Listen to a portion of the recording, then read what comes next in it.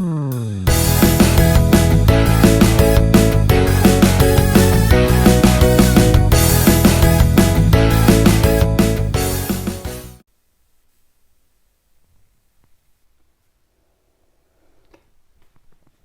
bismillahirrahmanirrahim. Hari ini kita bahas mengenai laporan keuangan, perpajakan, dan arus kas.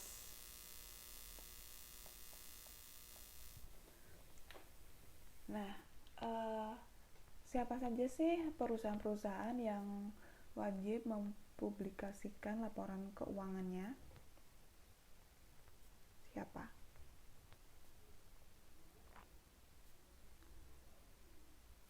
Mas Ardi, coba jawab. Perusahaan yang bagaimana sih yang wajib mempublikasikan laporan keuangan?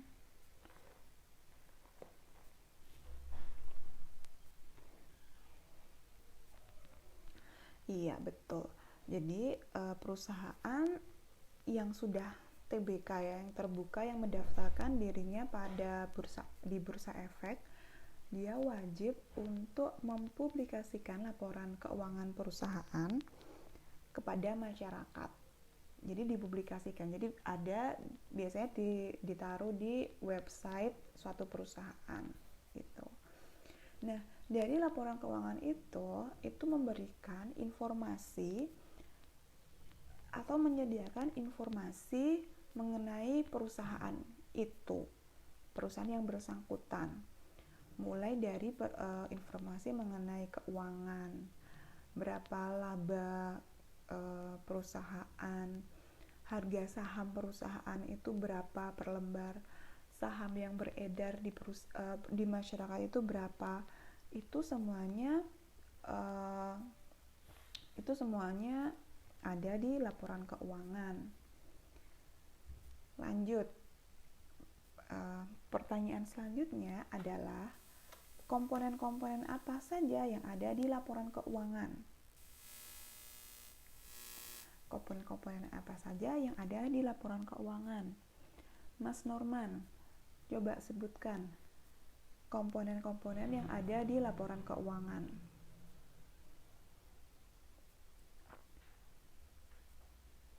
Ya, ada laporan posisi keuangan. Ada apa lagi? Laporan laporan laba rugi. Kemudian ada laporan arus kas. Kemudian ada laporan perubahan ekuitas. Yang terakhir ada CALK, catatan atas laporan keuangan. Kemudian kalau ada pertanyaan, dari laporan ini mana sih Bu mana yang paling penting, atau yang paling utama, atau yang paling dicari oleh investor? Mas Abid, ayo Mas, silakan jawab. Menurut Mas Abid, mana sih laporan yang paling penting atau yang paling dicari oleh atau dibaca oleh investor?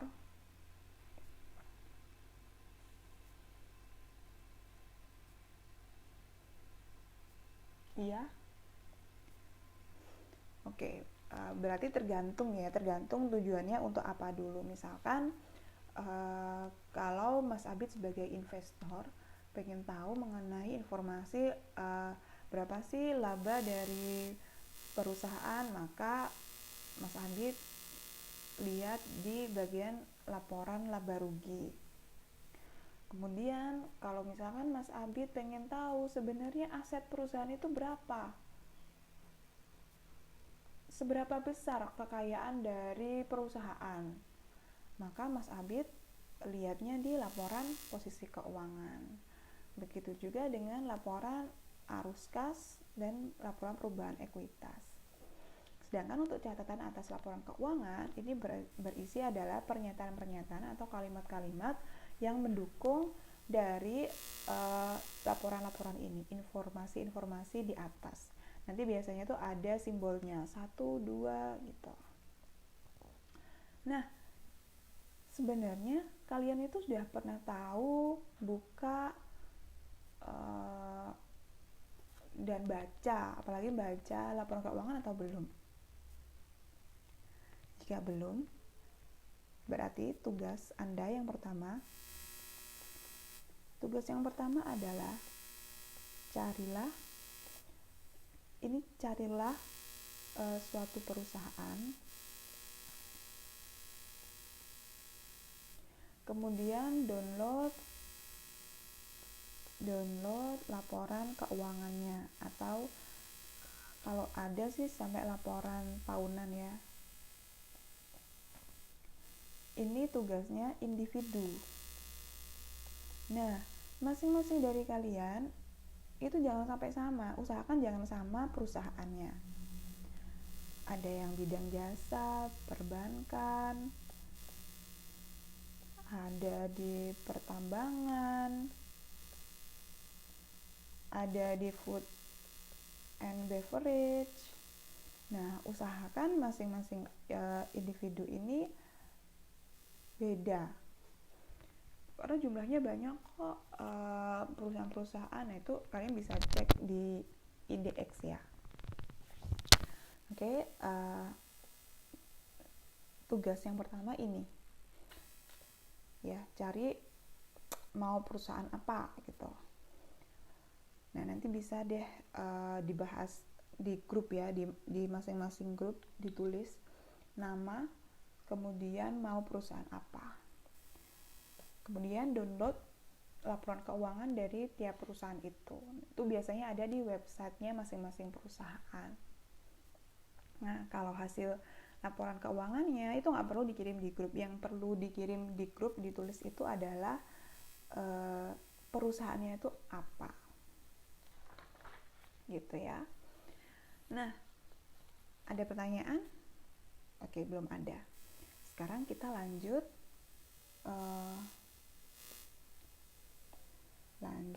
pada laporan yang pertama adalah laporan laba rugi.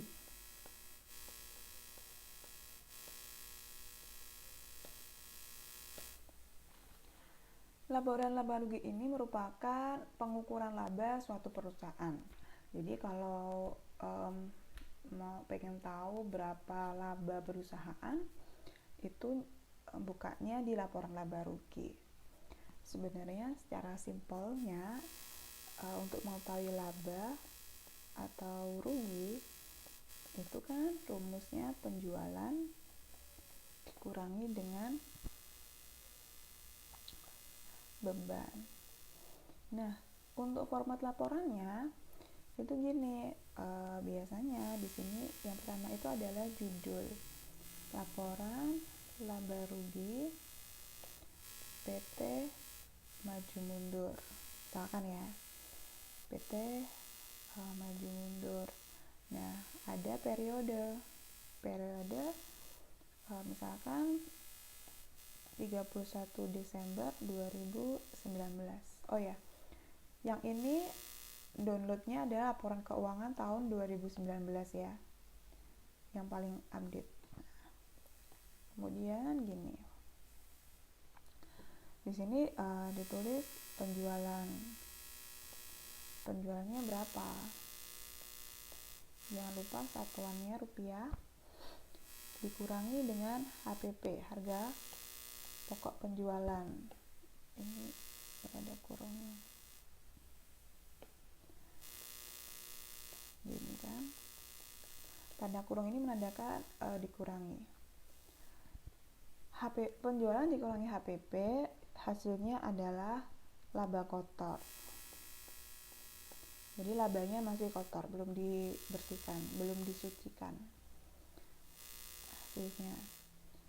Nah, kemudian dikurangi yang namanya beban kan. penjualan dikurangi beban. Nah, biasanya bebannya itu ada banyak. Biasanya tuh di list misalkan beban penjualan ini berapa,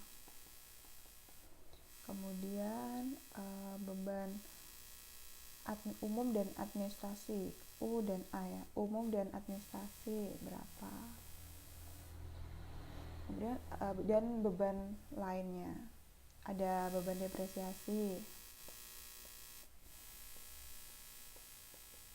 Nah, ini dijumlahkan, kemudian hasilnya penjumlahannya ditaruh sini, disebut dengan total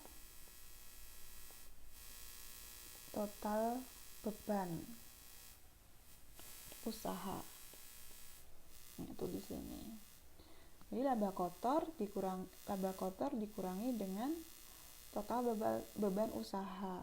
Jadinya itu adalah laba usaha.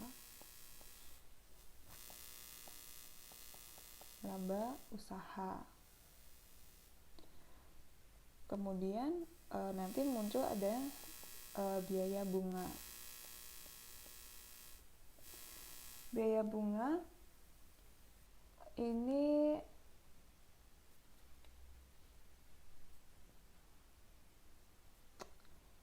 bersifat mengurangi ya.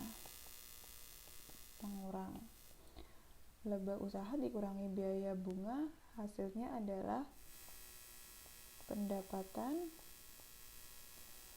sebelum pajak.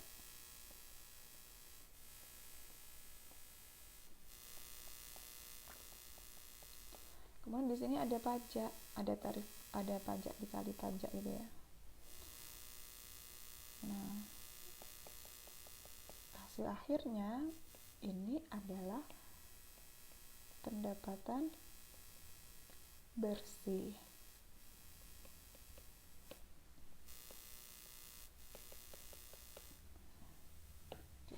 Kita ulang dari atas. Di sini ada judul, ini wajib. Laporan laba rugi PT Maju Mundur periode 31 Desember 2019. Penjualan dikurangi ini ya, penjualan dikurangi HPP, ketemunya laba kotor. Laba kotor ini biasanya disebut juga dengan gross profit. Gitu. Kemudian gross profit dikurangi dengan total beban usaha. Hasilnya adalah laba usaha. Nah, laba usaha ini bisa disebut juga dengan earning before interest and tax. EBIT, earning before interest tax gitu. Bunganya ini berarti I, simbolnya I, berarti hasilnya pendapatan sebelum pajak ini adalah earning before tax atau EBT. Kemudian dikurangi tax, hasilnya adalah EAT, earning after tax. Ya, penjualan dikurangi HPP ketemunya gross profit, dikurangi total beban usaha ketemunya EBIT, dikurangi beban bunga EBT, dikurangi pajak EAT, earning after tax. Ini adalah laba bersihnya itu di sini. Nah, jadi dari sini laporan ini bisa menunjukkan sebenarnya seberapa menguntungkankah suatu perusahaan atau suatu usaha. Nah, itu lihatnya tuh di sini, di bagian akhirnya. Ada 5 aktivitas besar ya. Ini yang pertama penjualan, yang kedua HPP, yang ketiga adalah beban operasi, kemudian beban keuangan dalam menjalankan bisnis, ini berupa bunga, kemudian yang terakhir ada beban pajak. Jadi ada 5 aktivitas besar dalam laporan laba rugi. Oke, sampai di sini ada yang perlu ditanyakan atau didiskusikan? Mas Abdussalam, Mbak Vivin, Mbak Dewi, Mbak Bella. Gimana, Mbak?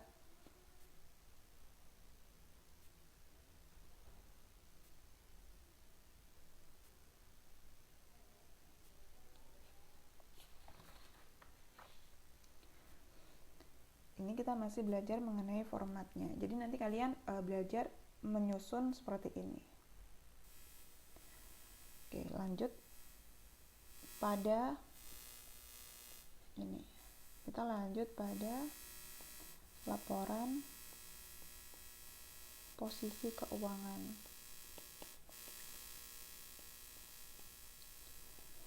Untuk melihat seberapa besar kekayaan atau aset yang dimiliki perusahaan, nah itu lihatnya di sini laporan posisi keuangan. Rumus sederhananya persamaan dasar akuntansi, aset sama dengan kewajiban utang atau utang ya, plus modal atau ekuitas. Antara ini dengan ini harus seimbang, antara aset, kewajiban ditambah ekuitas, nah itu harus seimbang.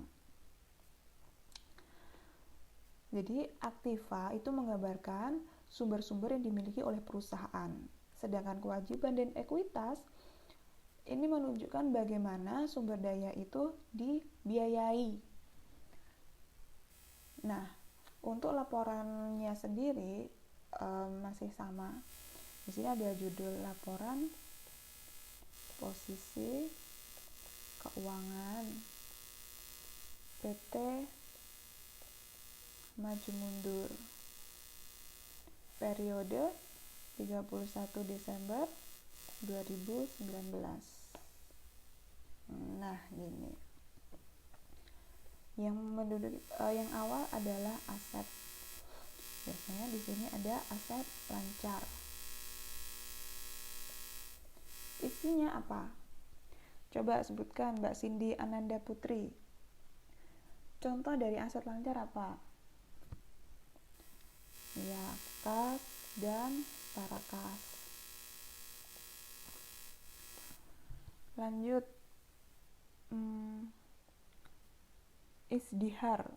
Isdihar Kinan. Apa contohnya? Surat berharga.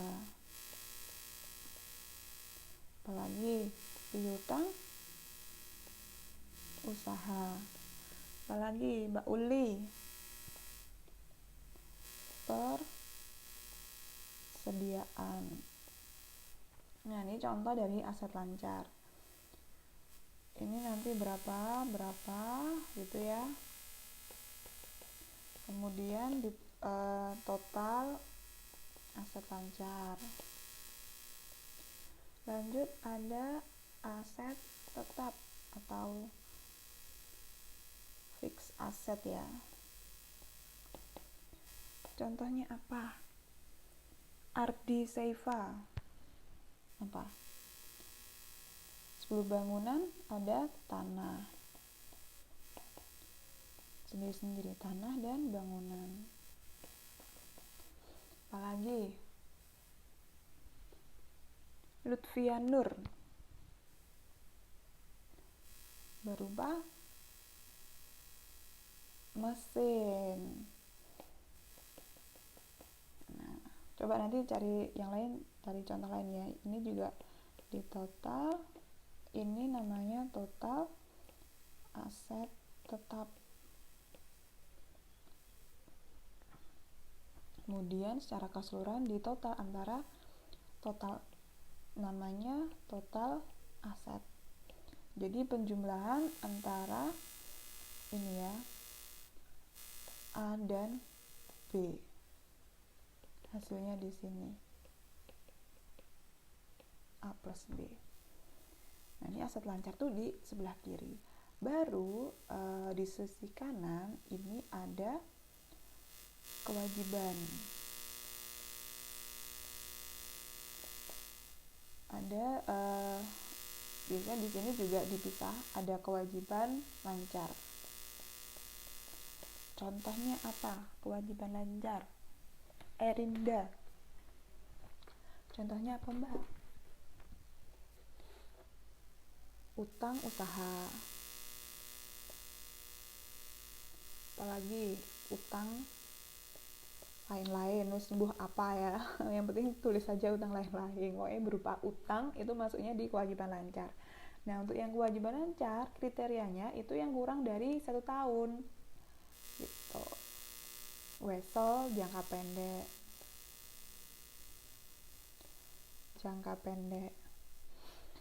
Lanjut, ada kewajiban lancar. Nah, ini kan juga di total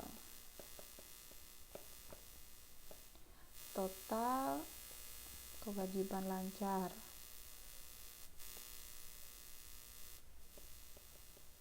Kemudian di sini ada kewajiban jangka panjang.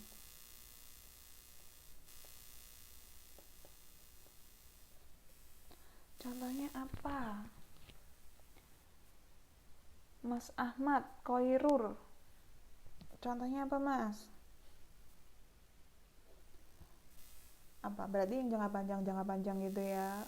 Tulis aja wesel. Ini wesel ya, wesel jangka panjang. Kriterianya apa? Berarti kalau yang kewajiban yang lancar tadi aja kurang dari setahun, kalau yang jangka panjang yang di atas 1 tahun atau lebih dari 1 tahun. Ini ada hipotek juga di sini. Nah, ini juga di total. Ini ada total kewajiban jangka panjang. Nah, baru di sini ada ini ya. Ada ekuitas pemegang saham. Terdiri dari apa kalau untuk ekuitas, Cindy? Saham preferen. Apalagi kalau ada saham preferen berarti ada saham biasa. Ada saldo laba. Nah, ini juga di total ekuitas. Secara keseluruhan berarti total kewajiban tadi ya, total kewajiban lancar, ini total kewajiban lancar dan total kewajiban jangka panjang ditambah dengan total ekuitas. Nah, itu hasilnya ini. Di sini total kewajiban dan ekuitas pemegang saham. Nah, antara ini dan ini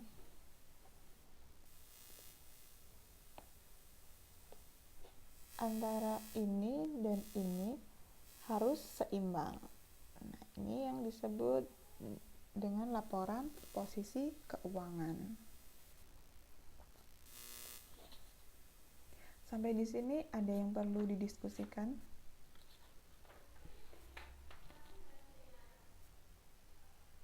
Mbak Tiffany?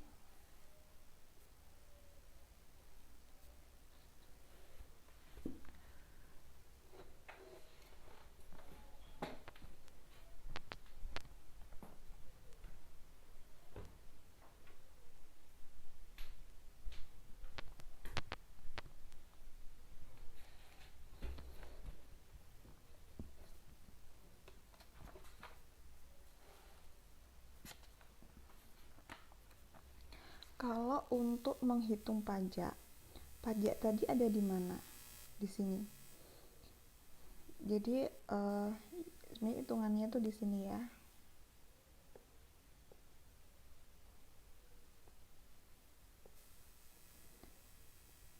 pajak di sini. Nah, itu ngitung aja, menghitung penghasilan kena pajak.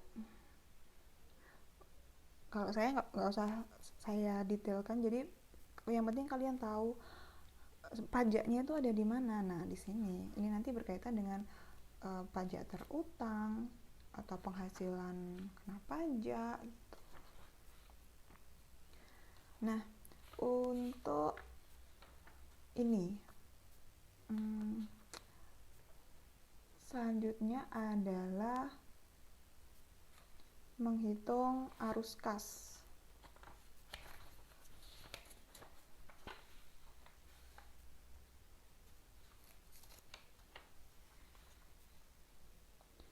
Laporan arus kas ya.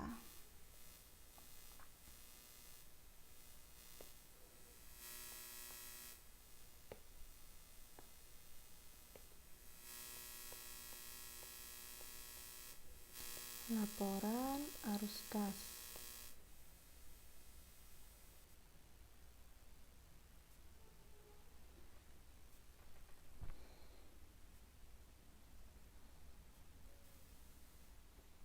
Nah, untuk menentukan arus kas ini ada metode tak langsung.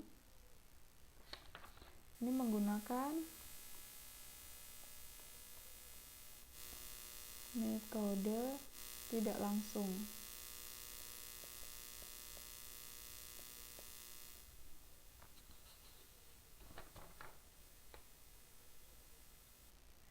Ada ini. Kita tuh harus menentukan arus kas perusahaan itu berasal dari mana, dipilah-pilah gitu. Yang pertama, arus kas berdasarkan aktivitas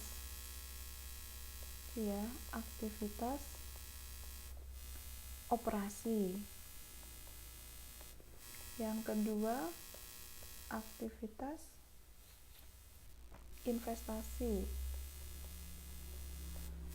Yang ketiga, arus kas berdasarkan aktivitas pendanaan.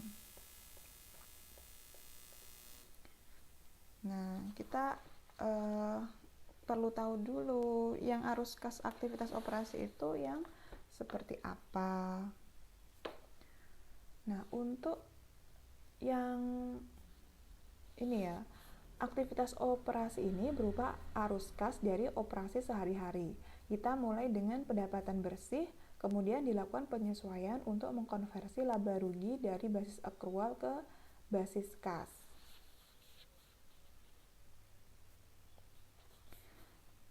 Untuk aktivitas operasi. Kalau untuk aktivitas investasi,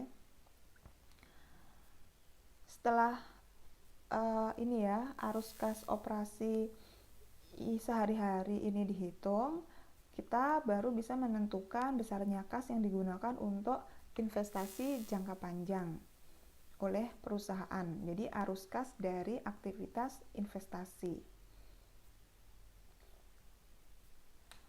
Kemudian kalau untuk arus kas pendanaan, nah ini bagian terakhir ya dari arus kas yang berkaitan dengan aktivitas pendanaan. Ini termasuk segala arus kas masuk atau keluar ke atau dari investor perusahaan, baik memberi pinjaman utang maupun pemilik gitu. Nah, sebenarnya ada penyesuaian untuk membuat laporan arus kas. Nah, cuman kita karena waktunya terbatas, kita fokuskan pada ini nanti laporan laba rugi dan juga di laporan posisi keuangan. Nah, semoga